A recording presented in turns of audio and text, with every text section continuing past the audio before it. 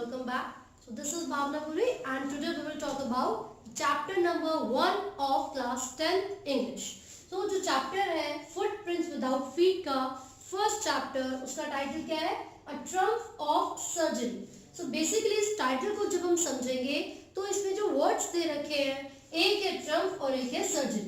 इसका मतलब होता है victory, सक्सेस. ठीक है, जब किसी भी काम में हमें सक्सेस मिलती है, विजय मिलती है, विक्ट्री मिलती है, तो उस वर्ड को हम ट्रम्प भी बोलते हैं. एंड सर्जरी हम सभी को पता है, जब भी किसी ऑर्गन को मॉडिफाई या फिर ठीक किया जाता है, बॉडी के पार्ट्स को रिपेयर किया जाता है. ठीक है, सर्जरी क्या है? पूरा का पूरा एक प्रोसेस, एक तरीके का ऑपरेशन है. ठीक है, तो यहाँ पर जो चैप्टर है Trump of surgery, this chapter is about a dog. ये चैप्टर एक डॉग के बारे में है और उस डॉग का नाम क्या है? ट्रिकी. उस डॉग का नाम है ट्रिकी. ठीक है, तो इस चैप्टर में हम एक डॉग के बारे में बात करेंगे जिसका नाम है ट्रिकी. इसकी जो मिस्ट्रेस है वो है मिसेस पम्फ्रे. उनका नाम क्या है? Mrs Pomfrey. ठीक है, ये कौन है? मिस्ट्रेस है ट्रिकी की. ठीक है, और जो राइटर, जो नरेटर है इस चैप्टर के, वो है मिस्टर हैरियट. जो नरेटर है इस चैप्टर के वो कौन है? Mister Harriet. और ये जो मिस्टर हैरियट है वो एक सर्जन है. बेसिकली वो एक वेटरनरी डॉक्टर है. वेटरनरी डॉक्टर्स वो होते हैं जो कि एनिमल्स के लिए, यानी कि डॉग्स वगैरह के लिए क्या करते हैं? ट्रीटमेंट देते हैं. ठीक है, तो यहाँ पर हमने वेट लिखा हुआ है, वो एक सर्जन है, वो एक वेट है. तो यहाँ पर इस चैप्टर में जो पूरी स्टोरी है वो किस बारे में है? वो ट्रिकी के बारे में है और उसकी जो मिस्ट्रेस है मिसेस पम्फ्रे, उनके बारे में. ये जो ट्रिकी है वो एक ऐसा डॉग है जिसको क्रीम्स, चॉकलेट्स या अलग अलग तरीके की आइसक्रीम्स, है ना, बहुत सारी चीजें बहुत पसंद थी. तो जो मिसेस पम्फ्रे हैं वो ट्रिकी को इतना ज्यादा प्यार करती हैं, इतना ज्यादा उसको लाड प्यार से रखती हैं कि ट्रिकी को जो जो चीजें पसंद थी वो सारी ही चीजें ट्रिकी को खाने में दी जाती थी. जिस वजह से ट्रिकी को क्या कर दिया गया? ओवर फीडिंग कर दी गई. Over feeding. और इसी ओवर फीडिंग की वजह से जो ट्रिकी था वो बहुत ही अनहेल्दी हो चुका था. ठीक है, और यहाँ पर एक टर्म आपको मिलेगी जिसमें लिखा होगा मैल न्यूट्रिशन. माल न्यूट्रिशन का मतलब होता है जब प्रॉपर तरीके से हेल्दी डाइट किसी को नहीं दी जाती है तो वो पर्सन या फिर वो इंडिविजुअल सफर करता है माल न्यूट्रिशन से. तो बिल्कुल वही कंडीशन ट्रिकी के साथ थी, because Mrs Pomfrey loved tricky so much कि वो उसको वो सारी खाने की चीजें दिया करती थी जो कि ट्रिकी को बहुत ज्यादा पसंद थी. वो क्रीम्स थी, चॉकलेट्स थी, आइसक्रीम्स थी, वॉफल थे, बहुत सारी चीजें. ठीक है, तो ट्रिकी इतना ज्यादा चीजें खा खा के बहुत ज्यादा मोटा हो चुका था. उसकी जो टंग थी वो lolling out of his mouth, इसके मुंह से बाहर लटकी हुई थी. साथ ही साथ he was like a bloated sausage. किसकी तरह लगने लगा था? वो सॉसेज की तरह लगने लगा था. बहुत बड़ा सा मांस का टुकड़ा चिकन की तरह लगने लगा था. ठीक है, वो इतना ज्यादा फैट हो चुका था. He had become hugely fat. बहुत ही ज्यादा मोटा हो चुका था कि वो अपनी ही जगह पर बैठा रहता था और वहां से इजीली मूवमेंट भी नहीं कर पाता था. Mrs Pomfrey was so worried about tricky कि मतलब उनको ये समझ में नहीं आ रहा था कि ट्रिकी को ठीक कैसे किया जाए. वो बहुत ही मोटा हो चुका था, बहुत ही अनहेल्दी हो चुका था और मिसेस पम्फ्रे उसको लेकर बहुत ही ज्यादा वरीड थी, चिंतित थी. सो एक बार जब वो वॉक पे जा रही होती है ट्रिकी के साथ तो मिस्टर हैरियट से मिलती हैं. हालांकि मिस्टर हैरियट से उनकी बात पहले भी काफी बार हो चुकी है, काफी बार वो ट्रिकी को दिखा चुकी है क्योंकि वो जनरली अनहेल्दी फूड खाने की वजह से बीमार रहता था. तो मिस्टर हैरियट ने उनको लास्ट टाइम भी ये वार्निंग दी थी कि आप इसको प्रॉपर एक्सरसाइज करवाइए, आप इसको प्रॉपर वाटर यानी कि पानी दीजिए और बहुत ही कम अनहेल्दी फूड उसको खिलाइए, क्योंकि जितना ज्यादा वो फैट हो चुका है, मोटा हो चुका है, उसका रीजन क्या था? ओवर ईटिंग, माल न्यूट्रिशन. लेकिन क्योंकि मिसेस पम्फ्रे को प्यार ही इतना था ट्रिकी से कि उसको जो चीजें पसंद थी वो वही सब चीजें उसको दिया करती थी. लेकिन उसी का यहाँ पर रिजल्ट, जो कंक्लूजन निकला वो अच्छा नहीं था. तो मिस्टर हैरियट ने मिसेस पम्फ्रे को वार्न किया. उन्हें ये बोला कि अगर आप उसको ऐसे ही प्यार करती रही, ऐसे ही उसको बिना एक्सरसाइज किए, बिना पानी दिए इतना अनहेल्दी खाना खिलाते रही तो फिर ये ठीक नहीं हो सकता, है ना. अब ये सुन के मिसेस पम्फ्रे तो और ज्यादा अपसेट हो गई, वो बहुत ज्यादा सैड थी. तो उन्होंने मिस्टर हैरियट के सामने रोना शुरू किया और ये बोला कि आप ही मेरी मदद कर सकते हैं, क्योंकि वो उनके फैमिली वेटरनरी डॉक्टर थे. तो उन्हीं से रिक्वेस्ट करने लगी और क्या बोला कि मिस्टर हैरियट आप ही बताइए कि अब ट्रिकी ठीक कैसे हो सकता है। तो उन्होंने पूछा कि आपने इसको एक्सरसाइज क्यों नहीं करवाई, इसको पानी क्यों नहीं दिया ज़्यादा से ज़्यादा। तो उन्होंने बोला कि ये बिल्कुल भी एक्सरसाइज करना पसंद नहीं करता, ये वॉक पे भी नहीं जाता, और कुछ समय के लिए मेरा गार्डनर जो था वो बाहर गया हुआ था, तो वैसे भी ये वॉक पे नहीं जा सका। तो ये सुनकर मिस्टर हैरियट ने मिसेस पम्फ्रे को थोड़ा डांटा और ये बोला कि अगर आप चाहती हो कि ये जिंदा रहे तो फिर इसको आपको मेरे साथ भेजना पड़ेगा हॉस्पिटल में फोर्टनाइट, यानी कि लगभग 2 हफ्ते के समय के लिए, और मैं इसको ठीक कर दूंगा। तो जब मिसेस पम्फ्रे ने ऐसा सुना तो वो उनको जो आंसू थे वो कंट्रोल नहीं हो पाए। क्यों? क्योंकि वो कभी भी ट्रिकी को खुद से दूर नहीं देख सकती थी, इस वजह से वो बहुत ही ज्यादा अपसेट हो गई हैं। तो उन्होंने जब मिस्टर हैरियट की बात सुनी तो ये सोचा कि इसको अगर ठीक करना चाहते हैं, अगर इसको हम प्रॉपर तरीके से ठीक करना चाहते हैं, बचाना चाहते हैं, so it is the only option, मुझे ट्रिकी को भेजना पड़ेगा। किसके साथ? मिस्टर हैरियट के साथ। तो पता है क्या हुआ, जो उनके शेफ थे या जो वर्कर्स थे, जो भी उनके घर में मेड लगी हुई थी, उन सब ने ट्रिकी के सामान को, ट्रिकी का जो भी सामान था, पता है क्या, मतलब इतनी बढ़िया जिंदगी जीता था tricky, he had a lot of things with him, like इसके मॉर्निंग के कपड़े अलग थे, खाने का बाउल अलग था, इसके सीजन के हिसाब से कपड़े अलग थे, उसको जो जहाँ पर बिठाया जाता है, रखा जाता है, उसके जो क्लोथ्स होते हैं, या फिर जैसे कि बाउल्स होते हैं, टॉयज होते हैं, बहुत सारी चीजें थी उसके पास। तो फिर मिसेस पम्फ्रे ने क्या सोचा कि जब ट्रिकी को इतने समय के लिए मुझे बाहर भेजना पड़ेगा तो उसका जो जरूरी सामान है, जो एसेंशियल्स है, वो सारी चीजें भी भेज देनी चाहिए। तो उन्होंने क्या किया, अपने वर्क जो उनके जो मेड थे या फिर जो उनके घर में नौकर थे, उनको क्या बोला कि ये सारा सामान मिस्टर हैरियट की कार में रखवा। और जब वो सामान रखने लगे तो मिस्टर हैरियट ने देखा, यार मेरी तो गाड़ी भी भर चुकी है, डिग्गी पूरी फुल हो चुकी है, पता नहीं ये लोग कितना सामान रखेंगे।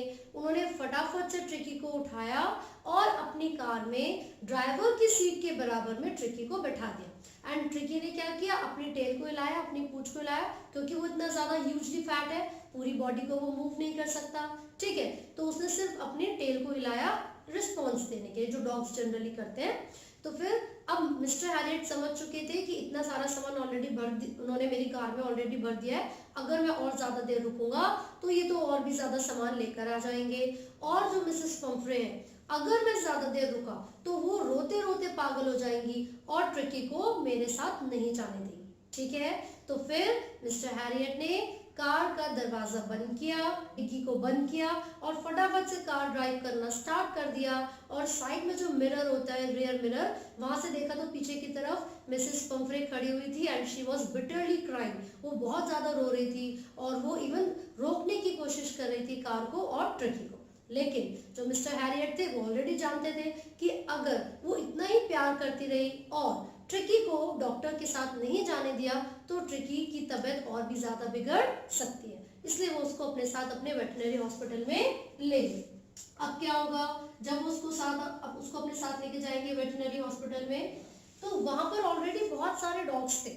जब ट्रिकी मिस्टर हैरियट के साथ उनके हॉस्पिटल में पहुंचा, there were already a lot of dogs, और वो सभी डॉग्स एक ही जगह पर एक साथ रहा करते थे, ठीक है। तो फर्स्ट डे था ट्रिकी का वहां पर, तो फर्स्ट डे ट्रिकी ने अपने सराउंडिंग में कोई भी इंटरेस्ट नहीं दिखाया, चुपचाप से अपनी जगह पर बैठा रहा। अब बाकी के जो डॉग्स वहां पर ऑलरेडी थे वो सब आते हैं, स्निफ करते हैं, सूंघते हैं ट्रिकी को, लेकिन उसने कोई इंटरेस्ट नहीं दिखाया। तो बाकी सब डॉग्स भी ग्रोल करते हैं, वो बार्क कर रहे हैं, भौंक रहे हैं, शोर मचा रहे हैं, लेकिन ट्रिकी के अंदर उन लोगों ने भी कोई इंटरेस्ट नहीं दिखाया।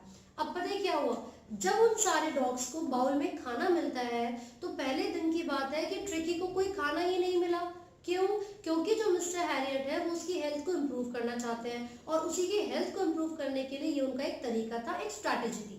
तो अब जब सभी डॉग्स को खाना मिला, ट्रिकी को कुछ भी नहीं मिला, तो ट्रिकी चुपचाप से अपनी सीट पर बैठा रहा और वहां पे जितने भी डॉग्स थे उन सब में कंपटीशन इतना ज्यादा था, वो ये जानते थे कि अगर मैंने अपने बाउल का खाना जल्दी से फिनिश नहीं किया तो कोई दूसरा डॉग आके मेरे बाउल का खाना खा जाएगा। तो इसलिए वो बहुत ही जल्दी जल्दी अपना खाना फिनिश करते थे। उनकी जो टंग है, उनकी जो जीभ है, उसके फटाफट से लिक करने की आवाज आया करती थी बाउल से, ठीक है। तो जैसे उनका खाना खत्म हो जाता था वो फिर से खेलना शुरू कर देते थे, लेकिन tricky he was still quite, वो चुपचाप से अपनी जगह पर बैठा हुआ था। लेकिन नेक्स्ट डे क्या हुआ, उसको पानी मिला, बाउल में सिर्फ पानी मिला, और जब उसको भूख लगने लगी तो फिर अगले दिन उसने बाकी डॉग्स के जो खाली पड़े हुए बाउल थे जिसमें वो ऑलरेडी खाना फिनिश कर चुके थे, उन बाउल्स को लिक करना स्टार्ट कर दिया।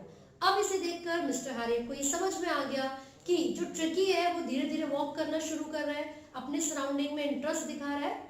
तो जो खाना बाकी डॉग्स को मिला करता था, मिस्टर हैरियट ने, वेटरनरी डॉक्टर ने, सेम फूड ट्रिकी को देना स्टार्ट किया। और सबसे मजेदार बात यह है कि जितना भी सामान, चाहे वो रेन कोट हो, क्लोथ्स हो या टॉयज हो या बाउल हो, सारा का सामान जो भी मिसेस पंफ्रे ने ट्रिकी के लिए भिजवाया था वो अभी भी मिस्टर हैरियट की कार में एज इट इज पड़ा हुआ था।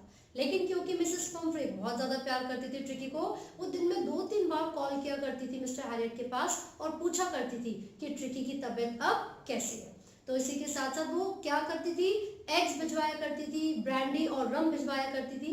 और ये जो वाइन वगैरह, मतलब रम और वाइन वगैरह, ये जो पी के जो किसके लिए भेज रही थी, ट्रिकी के लिए। लेकिन मिस्टर हैरियट ने उसमें से ना ही वो 2 दर्जन अंडे और ना ही वो वाइन, दोनों में से कोई भी चीज ट्रिकी को नहीं थी। ट्रिकी को वही खाना मिल रहा था जो कि बाकी डॉग्स को मिलता था, and that was very ordinary food. ना कोई चॉकलेट, ना क्रीम, ना आइसक्रीम, कुछ भी नहीं मिल रहा था उसको।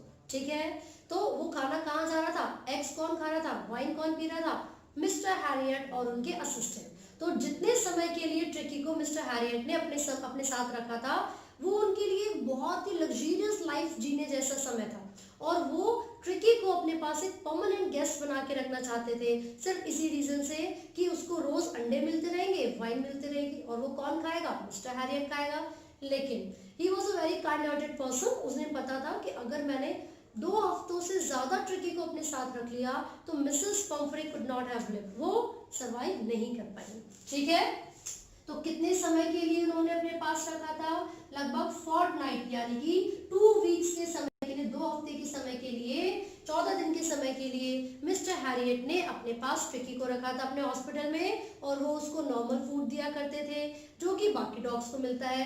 इनिशियली 2 डेज तक उसको सिर्फ प्लेंटी ऑफ वाटर, पानी ही पानी मिला और कुछ भी नहीं मिला। जो एग थे, वाइन थी, वो सब मिस्टर हैरियट और उनके असिस्टेंट खा पी लिया करते थे। ठीक है, जब ये 14 डेज का समय कंप्लीट हुआ, क्योंकि ट्रिकी को बहुत अच्छे तरीके से रखा जाता था, एक्सरसाइज करवाई जाती थी और उसको अच्छा खाना दिया जाता था, पानी दिया जाता था, he started taking interest in this surrounding. वो चारों तरफ इंटरेस्ट लेने लगा, खेलने लगा, कूदने लगा, बाकी डॉग्स के साथ घूमने लगा, ग्रॉल करता था, रोलिंग करते थे, फाइट करते थे। तो काफी इंटरेस्ट उसको वहां पर आ चुका था अपने सराउंडिंग में। और जब ये 14 दिन का समय कंप्लीट हुआ तो मिसेस पंफ्रे ने फिर से कॉल किया मिस्टर हैरियट को और ये पूछा, क्या ट्रिकी बिल्कुल ठीक हो चुका है? तो मिस्टर हैरियट ने बोला, यस मैम, अब आप ट्रिकी को अपने साथ घर लेकर जा सकते हो। तो जब मिसेस पंफ्रे को लेने के लिए आती हैं, वो अपनी कार में बैठी होती हैं और जो सामान मिस्टर हैरियट की कार में था वो सारा मिसेस पंफ्रे की कार में शिफ्ट कर दिया जाता है। जब मिसेस पंफ्रे अपनी कार का दरवाजा खोलती हैं और ट्रिकी को आवाज लगाती हैं, तो गार्डन में से भागता हुआ आता है ट्रिकी। वो बहुत ही स्लिम हो चुका है, वो बिल्कुल भी सॉसेज की तरह नहीं है। He is no longer a bloated sausage, ना ही उसकी जो लॉन्ग टंग थी वो अपने मुंह के बाहर निकली हुई होती है, it was not lolling out. तो इसका मतलब ये हुआ ट्रिकी बहुत हेल्दी हो चुका था। ये जो 14 डेज तक सर्जरी चली थी ये सक्सेसफुल रही। एक्चुअल में कोई सर्जरी नहीं हुई थी, he was given a normal treatment. ऐसा नहीं है कि उसकी बॉडी में से सर्जरी करके फैट निकाला गया हो, नहीं। बट क्योंकि मिसेस पंफ्रे को ये लगता था कि 14 डेज तक उसकी प्रॉपर ट्रीटमेंट की जा रही है, सर्जरी की जा रही है, तो मिसेस पंफ्रे ने जब ट्रिकी को इतना हेल्दी देखा, इतना एक्टिव देखा, तो वो मिस्टर हैरियट को कहती हैं, मुझे समझ में नहीं आ रहा कि मैं आपका धन्यवाद कैसे करूं। It is really a triumph of surgery. मुझे कहना पड़ेगा कि आपकी सर्जरी की विजय हुई। So this is all about the chapter. Mrs Pomfrey बहुत ज्यादा प्यार करती थी ट्रिकी से, लेकिन इससे हमें ये सीख मिलती है कि आप किसी भी व्यक्ति से बहुत ज्यादा प्यार करें, अच्छी बात है, लेकिन उनकी हेल्थ के साथ खिलवाड़ नहीं करना चाहिए। इवन हमें खुद भी अपनी हेल्थ का ध्यान देना चाहिए। ठीक है, तो माल न्यूट्रिशन होने से बचना चाहिए। So this is all about this chapter. आपको यहाँ तक अच्छे से पढ़ना है। इसके जो राइटर है यानी कि जो नरेटर है मिस्टर जेम्स हैरियट, पूरा इनका नाम क्या था, मिस्टर जेम्स हैरियट। तो आपको यहाँ पर ये नाम भी याद करना जरूरी है। ठीक है, so this is all about the chapter. इसके कुछ वर्ड्स हमने अभी देखे, जैसे कि माल न्यूट्रिशन हो गया। दूसरा वर्ड अगर हम बात करें, ओवर फीडिंग, आप ये टर्म यूज कर सकते हो। ब्लॉटेड सॉसेज की तरह ट्रिकी लग रहा था। His tongue was lolling out of his mouth, यानी कि उसके मुंह से उसकी टंग बाहर निकली हुई थी। ठीक है, ही कुड नॉट मूव, वो अपनी पोजीशन से मूव नहीं कर सकता था। सर्जन, ये कौन थे, वेटनरी डॉक्टर या फिर ही वॉज अ सर्जन, तो ये आपको याद रखना है। तो उस तरीके के कोई भी क्वेश्चन आपसे पूछ सकते हैं कि ट्रिकी को क्या हुआ था, या फिर पूछेंगे कि जो ये मिस्टर हैरियट है वो ट्रिकी को परमानेंट गेस्ट की तरह क्यों रखना चाहते थे, ठीक है। सो इन सभी क्वेश्चंस के आंसर्स आपको पता होने चाहिए। And do not forget to like, share and subscribe.